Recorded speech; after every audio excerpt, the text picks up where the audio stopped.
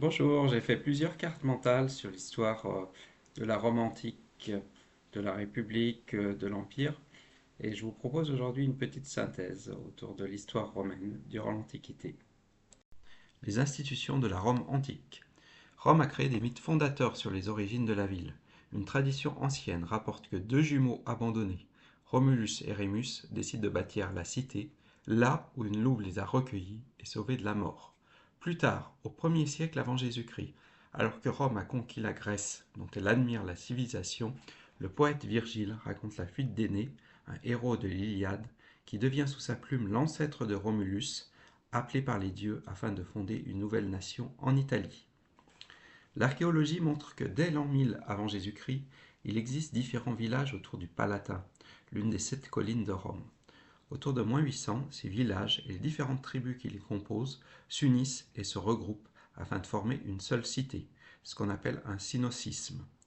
Rome devient une cité-État qui intègre progressivement les territoires voisins. Selon les récits historiques, elle est gouvernée par différents rois, dont certains d'origine étrusque jusqu'en -509. Le dernier roi, Tarquin dit le Superbe, c'est-à-dire le vaniteux, est alors renversé au profit de la République. À partir de cette date, la monarchie, considérée comme un régime tyrannique, est rejetée par les Romains. Le nouveau régime, la République, res publica en latin, que l'on peut traduire par souveraineté du peuple, présente un gouvernement collégial de l'État. À la différence d'Athènes, ce n'est cependant pas une démocratie directe. Des magistrats, une élite, est élue par des assemblées, les comices, qui leur délèguent une autorité supérieure aux autres citoyens, le pouvoir de gérer les institutions publiques. Rome met en avant le mérite et l'expérience à travers le cursus honorum, la carrière des honneurs, qui permet aux magistrats de s'élever en occupant différentes fonctions, de plus en plus prestigieuses. Questeur est la première étape.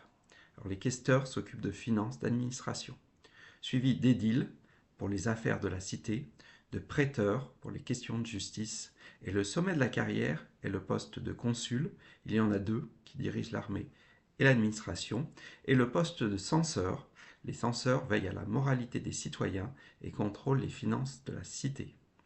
Une assemblée, le Sénat, exerce un pouvoir important.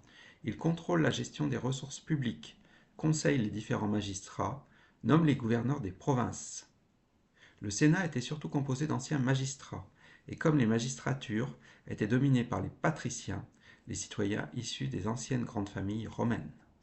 Aussi, une nouvelle institution, le tribunat de la plèbe, se développe à partir du 5e siècle avant Jésus-Christ.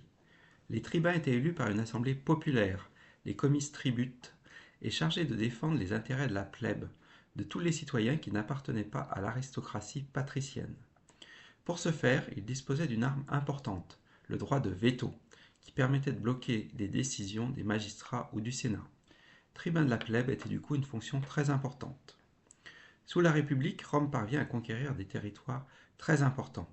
L'Italie, du 5e au 3e siècle, par la diplomatie, elle commence à s'allier avec plusieurs cités voisines afin de former la Ligue latine, et par une succession de campagnes militaires. La Méditerranée, avec 3 guerres puniques contre sa rivale Carthage, de -264 à -146, la conquête de la Grèce et du monde hellénistique. En -31, quand Octave défait Cléopâtre et Marc-Antoine à la bataille d'Actium, Rome contrôle désormais toute la région méditerranéenne. Ces conquêtes conduisent cependant à exacerber les rivalités politiques à Rome et à un siècle de guerre civile, de -133, date de l'assassinat de l'un des frères Gracques, à -31, date de la bataille d'Actium. Les Romains s'opposent sur le statut des cités qui sont alliées à Rome et qui n'obtiennent pas la citoyenneté romaine. De -91 à -88, elles s'unissent et parviennent à obtenir la citoyenneté après un contexte difficile. Et à Rome même, le partage des terres conquises conduit à une montée des inégalités entre la majorité de la population, les populares et les optimates, une minorité de citoyens qui s'approprient ces nouvelles terres, des patriciens et des citoyens dont les conquêtes ont permis l'ascension, l'ensemble formant la nobilitas, la noblesse. La mise à mort des frères Gracques qui défendent les populares illustre l'exacerbation de cette opposition. Les conquêtes conduisent aussi à un pouvoir personnel croissant des grands chefs militaires dont les triomphes à Rome illustrent la gloire et la popularité. On peut citer Marius qui s'oppose à Sylla, puis Pompée qui s'oppose à César. Afin d'éviter un effondrement de Rome face à une menace grave, une invasion ou une guerre civile, un magistrat doté de pouvoirs exceptionnels, le dictateur, pouvait être choisi par l'un des deux consuls sur décision du Sénat. Il était normalement nommé de manière temporaire, pour résoudre une situation d'urgence. Aussi, quand en -44, Jules César est nommé par le Sénat dictateur à vie, une partie des sénateurs s'insurge contre cette rupture avec les institutions républicaines et César est assassiné. Son fils adoptif, Octave, s'allie avec Lépide et Marc-Antoine, les deux principaux conseillers de César, afin d'éliminer ses assassins. Puis il combat Marc-Antoine, qui a épousé Cléopâtre, la reine d'Égypte, et gouverne l'Orient. En -31, après sa victoire à Actium, Octave parvient à trouver un compromis avec le Sénat et les élites romaines. Il prend le titre d'empereur, imperator en latin, c'est-à-dire commandant, et le nom d'Auguste, augure signifie prévoir, c'est aussi une manière d'affirmer son autorité. Et il divise le nouvel empire en deux types de provinces. Les provinces sénatoriales, dirigées en principe par le Sénat, qui garde ainsi certaines prérogatives, et les provinces impériales sous l'autorité de l'empereur. On remarque qu'elles concentrent l'essentiel des troupes militaires. Auguste et ses successeurs en profitent pour valoriser la classe équestre, à l'origine composée des citoyens suffisamment riches pour se payer un cheval et servir dans la cavalerie romaine. Ces equites, chevaliers en français, obtiennent des postes importants dans l'armée et l'administration. L'Empire se différencie d'une monarchie héréditaire par le choix du successeur, qui est choisi par l'empereur et confirmé par le Sénat.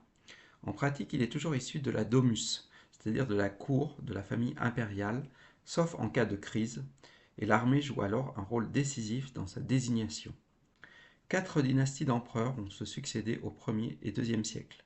À partir de -27, Auguste et ses successeurs, les Julio-Claudiens, suivis en 69 des Flaviens, en 96 des Antonins, puis de 193 à 235 des Sévères. On remarque que les Antonins sont d'origine espagnole et que les Sévères sont d'origine africaine et syrienne. C'est une illustration de l'intégration des élites provinciales sur lesquelles s'appuie aussi le pouvoir impérial. Elle facilite l'intégration des terres conquises dans l'Empire et renforce le rôle de l'empereur. À partir du IIIe siècle, l'Empire connaît des crises et se réorganise. Il est fragilisé aux frontières par des migrations, des peuples germaniques au nord, de la puissante dynastie sassanide qui a pris le pouvoir à l'est.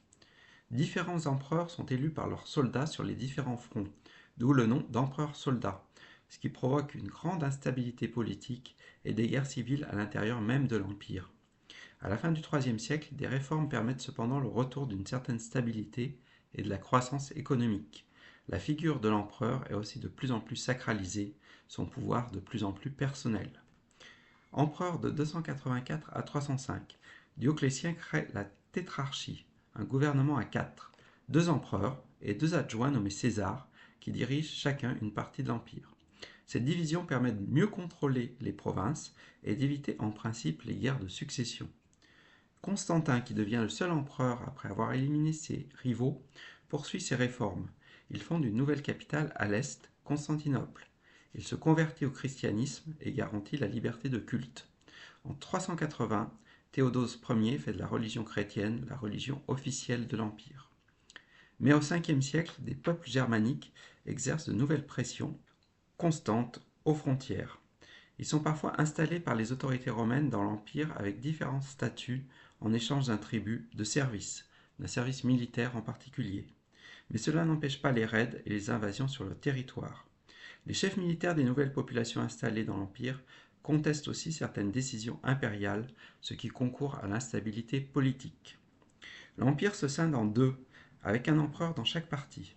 On observe une division croissante entre l'Empire d'Orient, plus riche et mieux défendu depuis Constantinople, et l'Empire d'Occident, plus rural, plus vulnérable aux invasions. La cour impériale quitte d'ailleurs Rome pour Ravenne, plus facile à défendre. En 476, un chef germanique, Odoacre, dépose l'empereur Romulus Augustule, c'est-à-dire le petit Auguste, puisqu'il n'a que 15 ans, et met ainsi fin à l'Empire d'Occident.